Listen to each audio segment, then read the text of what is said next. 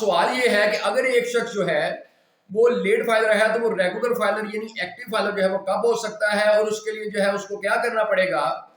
तो इसके बारे में ये है कि अगर कोई शख्स जो है वो लेट फाइलर है, उसने अपनी जो इनकम टैक्स रिटर्न है वो ड्यू डेट गुजरने के बाद जो है वो सबमिट करवाई है, तो जिस साल उसने अपनी इनकम टैक्स रिटर्न जो है वो ड्यू डेट गुजरने के बाद जमा करवाई है, उस साल तो वो लेट फाइलर ही रहेगा। लेकिन नेक्स्ट ईयर के लिए उसके पास मौका होगा कि वो विद इन ड्यू डेट जो है वो अपनी इनकम टैक्स रिटर्न जो है फाइल कर दे। और अगर वो विद इन ड्यू डेट अपनी जो नेक्स्ट ईयर की यानी लेटेस्ट टैक्स ईयर की जो रिटर्न है वो जमा करवा देता है, तो जिस दिन ड्यू डेट गुजरेगी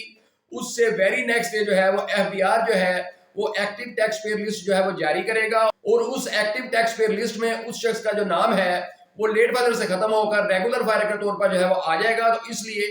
अगर कोई शख्स जो है वो लेट फाइलर है तो उसके लिए जरूरी है फिर वो नेक्स्ट ईयर जो है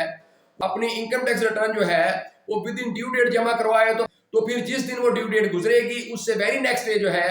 वो रेगुलर फाइलर जो है वो बन जाएगा यानी एक्टिव फाइलर जो है वो बन जाएगा। और इसके बारे में एफबीआर की जानब से एक एसआरओ नंबर 1638/24 जो है वो भी जारी हो चुका है,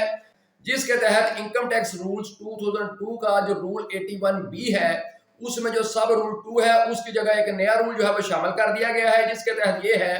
कि जिस दिन जो है ड्यू डेट खत्म होगी वेरी नेक्स्ट डे जो है एफबीआर जो है एक्टिव टैक्स पेयर लिस्ट जो है वो जारी कर देगा। और ऐसे लोग जिन्होंने अपनी इनकम टैक्स रिटर्न जो है ड्यू डेट गुजरने से पहले पहले जो है वो जमा करवा दी होगी वो एक्टिव टैक्स पेयर लिस्ट में जो है वो शामिल हो जाएंगे यानी वो रेगुलर फाइलर जो है वो बन जाएंगे। जबकि इससे पहले ये था कि जो एफबीआर जो था अगर कोई शख्स जो है वो अपनी इनकम टैक्स रिटर्न जो है मुकर्रर तरीके के अंदर जमा करवाता है जो कि अमूमन जो है वो 30 नंबर होती थी हर साल की, तो अगर कोई शख्स जो है वो 30 नंबर के अंदर जो है अपनी इनकम टैक्स रिटर्न जो है वो जमा करवाता तो उसको एक्टिव फाइलर होने के लिए सितंबर के बाद जो है अक्टूबर, नवंबर, दिसंबर, जनवरी, फरवरी यानी 5 माह जो है वेट करना पड़ता। फिर 1 मार्च को जो है एफबीआर जो है वो एक्टिव टैक्स पेयर लिस्ट जो है वो जारी करता, तो उसों को जो है उसका नाम आना था। लेकिन जो ही ये लेट फाइलर की जो कैटेगरी है मुतारफ करवाई गई तो इसके बारे में ये कहा जाने लगा कि चूंकि अगर कोई शख्स जो है वो विद इन ड्यू डेट जो है वो अपनी इनकम टैक्स रिटर्न जो है वो जमा करवा देता है, लेकिन एफबीआर ने जो एक्टिव टैक्स पेयर लिस्ट है वो 5 माह जारी करनी होती है, तो जब तक वो लिस्ट जारी नहीं होगी ऐसा शख्स जो है वो तो लेट फाइलर ही कहलाएगा। तो ये उसके साथ ज्यादती है क्योंकि उसने अपनी जो रिटर्न है मौजूदा साल की वो तो उसने विद इन ड्यू डेट जो है वो जमा करवा दी है। तो इसके बारे में हाई कोर्ट में एक पिटीशन भी फाइल हुई थी जो कि डीएचए ने फाइल की थी, तो उस पिटीशन में भी ये करार दिया गया था कि एफबीआर ने ये जो लेट फाइलर की कैटेगरी मुतारफ करवाई है इसकी बाबत जो अमल है पिछले सालों की बाबत नहीं हो सकता, वो अगले सालों की बाबत जो हो सकता है। फिर एफबीआर ने खुद ही इस बात को जो है वो समझ लिया था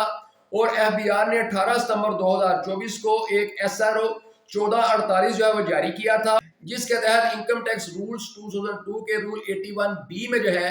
वो अमेंडमेंट का जो है वो ड्राफ्ट दिया गया था, जिसके तहत ये रखा गया था कि जिस दिन ड्यू डेट जो है वो खत्म होगी उससे वेरी नेक्स्ट डे जो है वो एक्टिव टैक्स पेयर लिस्ट जो है वो जारी कर दी जाएगी। और अब जो एक्टिव टैक्स पेयर लिस्ट जो है वो 1 मार्च को जो है वो जारी नहीं होगी, बल्कि जिस दिन ड्यू डेट खत्म होगी उससे वेरी नेक्स्ट जो है वो जारी कर दी जाएगी।